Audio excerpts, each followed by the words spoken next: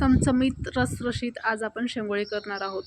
एकदम पटकन होणारी रेसिपी आहे. मोजून 10 मिनिटात बनवून तयार होतात. आपण हे कुकरमध्येच करणार आहोत. चला पटकन रेसिपीला सुरुवात करूया. इथे 1 कप गव्हाचं पीठ घेतलं आहे. त्याच्यामध्ये 1 चमचा बेसन, थोडीशी हळद, 1 चमचा लाल तिखट आणि थोडंसं मीठ टाकायचं आहे आणि हे आपल्याला छान व्यवस्थित मिक्स करून घ्यायचं आहे.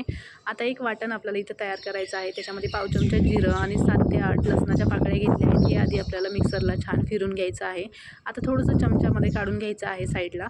आता त्याच्यामध्येच 2 हिरवी मिरची आणि थोडीशी कोथिंबीर टाकून पुन्हा मिक्सरला छान फिरून घ्यायचं आहे. हे वाटण आपल्याला या गव्हाच्या पिठात टाकायचं आहे आणि थोडं थोडं करून पाणी टाकून पीठ छान मळून घ्यायचं आहे. नरम असं पीठ मळून घेतलं आहे. आता शेंगोळे छान बनवून घ्यायचे आहेत. या प्रकारचे बनवायचे आहेत. आता हे छान व्यवस्थित जॉईंट करून घ्यायचं आहे. नाहीतर जेव्हा आपण शेंगोळे शिजवतो ना कुकरमध्ये तेव्हा तुटू शकतात, म्हणून व्यवस्थित जॉईंट करून घ्यायचं आहे. शेंगोळे सगळे बनवून झाले आहेत. फोडणीसाठी 1 चमचा तेल घेतलं आहे. कडकडीत तेलामध्ये जिरं, मोहरी टाकायचं आहे आणि जे आपण लसूण आणि जिरं साईडला ठेवलं होतं ते सुद्धा आपल्याला याच्यामध्ये टाकायचं आहे. व्यवस्थित परतून घ्यायचं आहे. याच्यामध्ये 1.5 ग्लास पाणी टाकायचं आहे आणि पूर्ण शेंगोळे टाकून घ्यायचे आहेत आणि कुकरच्या 2 शिट्ट्या बारीक गॅसवर आपल्याला करून घ्यायच्या आहेत. शेंगोळे तयार आहेत. नक्की ट्राय